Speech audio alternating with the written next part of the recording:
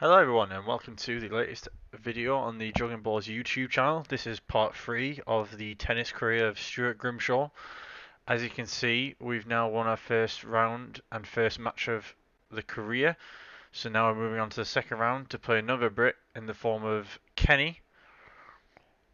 And yeah, so basically, if you haven't seen the first couple of videos, the first few tournaments didn't go so well. We then went on a bit of a training camp for a few weeks to boost up some of the stats on our shots, and we won our first round and knocked out the fourth seed in the process. So now we're looking to see if we can make it back to back, and we're just watching the first game at the moment between Kenny and Grimshaw.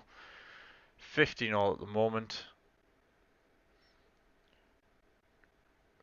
So in between the tournaments, from the first few tournaments to this tournament, it was really about practicing our shots and our timing and trying to up the aggression a little bit, which I think from the footage you'll probably see in this video you are going to see.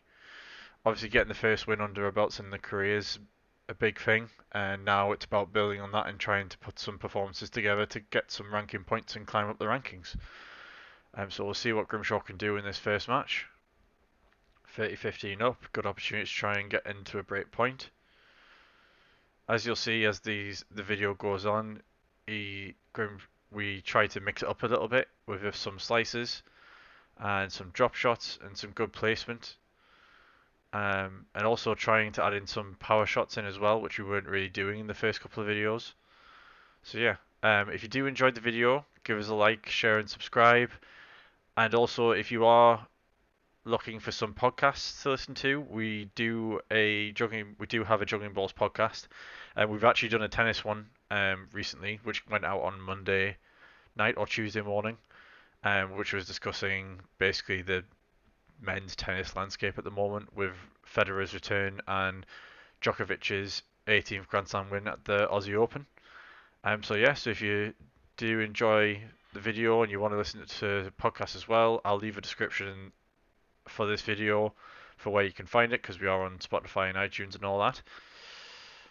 But yeah, so going back to the game, Kenny playing a nice little drop shot there, but Grimshaw coming back with his own return of a drop shot and gets it to 40-30 in Grimshaw's favour. Average rally about 13 shots. And Kenny faulting the first serve. Grimshaw looking to try and build into the game. Kenny with a second serve, much slower than the first, you could see.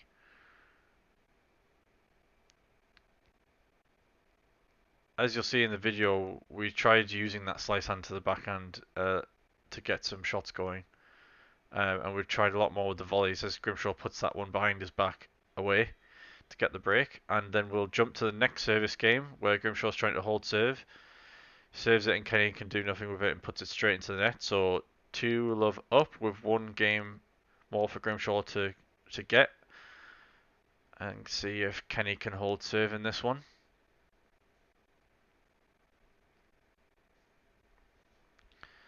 Grimshaw we are looking to try and get the shots in the corners. Nice lob there. But Grimshaw puts it wide with the backhand. As you can see, it's a match point. After we jump from the first point to the match point, see if Grimshaw can close this one out. Puts it wide, goes to deuce. So yeah, in terms of overall reactions to this match with Kenny, the first couple of games weren't. The first couple of games really weren't tricky. The first one, I know we got to like 30-30, and there was a few long rallies in there. But the Grimshaw, the second game for us, it was mainly I think it was a pretty simple hold really. Mixed in a bit of serving and volleying in there as well to try and get some quick points going and get the flow going a little bit and keep the aggression up. So let's see what happens here with the match. Another match point advantage. Slice up the middle.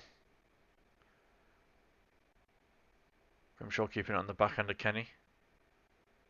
And good slice from Kenny there. Grimshaw putting it into the corner, follows it in, puts the volley away for the second win in a row. Celebrating with the crowd there at the end because he enjoyed it. Salutes the crowd. So yeah. And then we move on to his next match against Gabriel Ungur. Seeing that Grimshaw's overall base is 42 and Ungur's is a little bit lower. So yeah, so now we're in the quarterfinals. First quarterfinals for Grimshaw. Back-to-back wins for the first time. It's turning into a pretty good tournament for him. Obviously, if he gets to the semi-final, even better, even a few more ranking points on offer, and we'll see Grimshaw's ranking. Well, we'll see Grimshaw actually get a ranking because obviously in these tournaments, despite the fact that he's entered them, he hasn't obviously picked up any ranking points from not winning yet. So he definitely will get a ranking by the end of it, and then he can try and build from there. And obviously a bit of prize money as well to help with the base stats and try and improve his shot making. But yeah, this first game against Ungar, there was a few long rallies. I said to say the match with Ungar, there was a few long rallies. There was a couple of crackers which you'll see. One in particular with a few which had lobs backwards and forwards. Ungar serving at 15 all. And again, we have this problem where we try to return a serve in, which it just fluffs it like that. So, got to work on the timing on the return of the serve. It's giving too many easy points away, which you can probably get away with at this level. But once we start climbing the rankings, we probably can't really do that too much. You might get away with the odd one, but you're seeing in these matches at least 2 or 3. So yeah, Ungar serving at 40-15 to take the first game and hold serve. Puts it wide.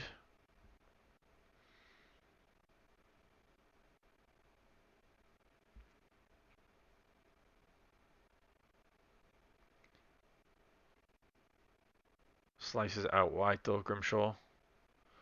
Disappointed in that. Moving on to Grimshaw's service game. Again, this was a quick one. Got the volleys going, but that was a bit of a mistimed one and went straight up. Ungar puts it away. Grimshaw is following the Roger Federer state of challenging when there's no need to challenge. But yeah, I mean, we found it easier on our service games, I think, to keep serve. I think using the serving and volley has been a good trick to keep the aggression up. I think we've found it a lot easier to keep the flow going, keep the aggression up when we've been using serving volleys here or there. Not using it necessarily every point, but it helps us generally keep a good mix. And here comes another good lob. That was my personal favourite of the lobs we've played through the match because Ungar was charging to the net quite a lot. Even though Ungar did manage to get to it, but couldn't really do anything with it as he put it wide. So yeah, juice on Ungar's serve. It was a good opportunity to try and get a break.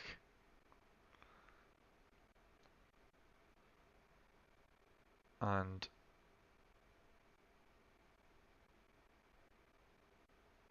really just trying to build into the rallies and then try and get some aggression going. No real particular tactic, as it were, in terms of going into each rally, but just trying to keep it generally mixed up and keep Ungar on his toes. And trying to build in more cross backhands, because we've been using a lot of topspin forehands across the court, but as you can see there, that backhand out was quite effective. So now we're fighting for a break point. Really trying to keep him there on his backhand and move him across. Coming in for the volleys. Not really putting them away. And puts that one wide. Yeah, I was a bit annoyed with that one as well. Juice.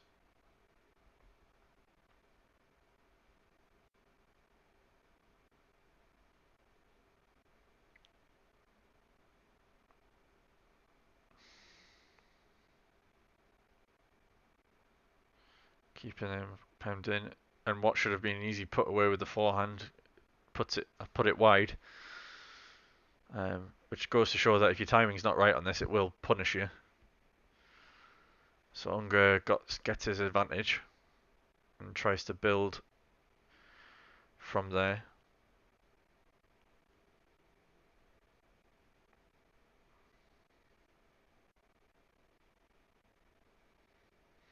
Gets it back to Juice.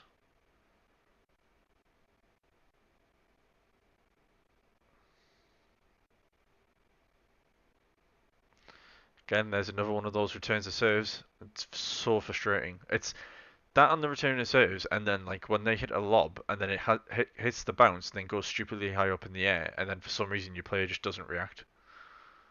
I don't know if that's just something in the game, or if that's just because of the quality of the player so far. I would suspect it's something in the game, but that was a good lob from Unger as I charged towards the net. So he keeps hold, and then we go to the service game. Grimshaw with a quick serve and volley to secure it. Unger held his next service game to love, so it jumps to 3-2. Grimshaw now serving to stay in the match. Again, serving volley. The volleys we improved the volleys in the training, and I think it's shown with some of the ones we put away in this match. Yeah, 30 love, ticking over nicely. Winners count starting to pick up as well. 12 against 7.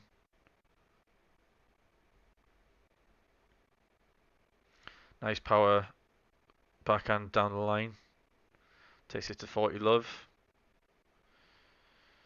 Got lucky with the let there.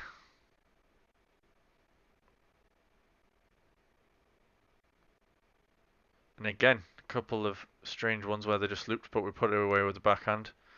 Takes it to a tiebreak. Tiebreak to win the match. See if we can get to our first semi-final.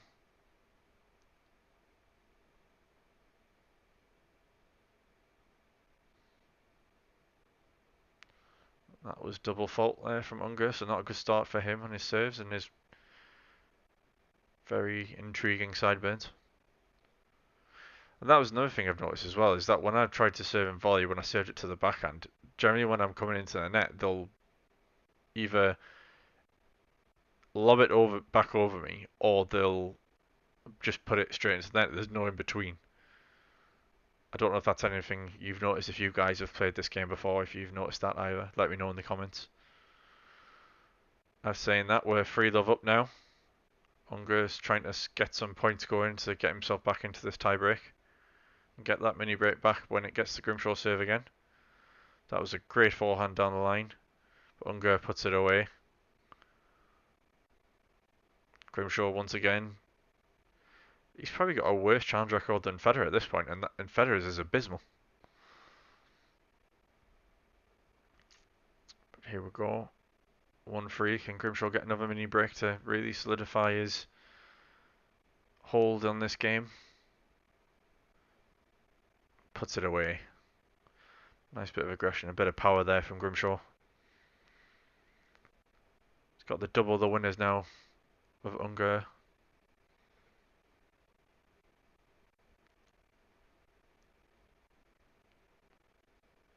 Puts it wide on the first serve. 5-1 up.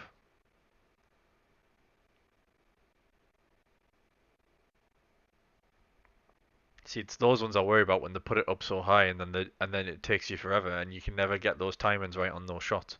Or I haven't so far. Anyway, match point. Fault. Haven't seen a double fault for the match yet. And it wasn't the case against Unger.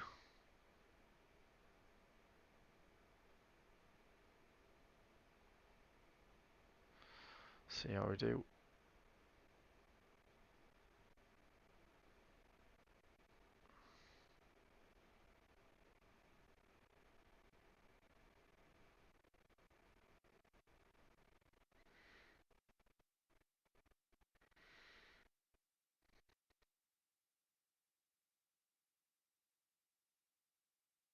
Plays the drop.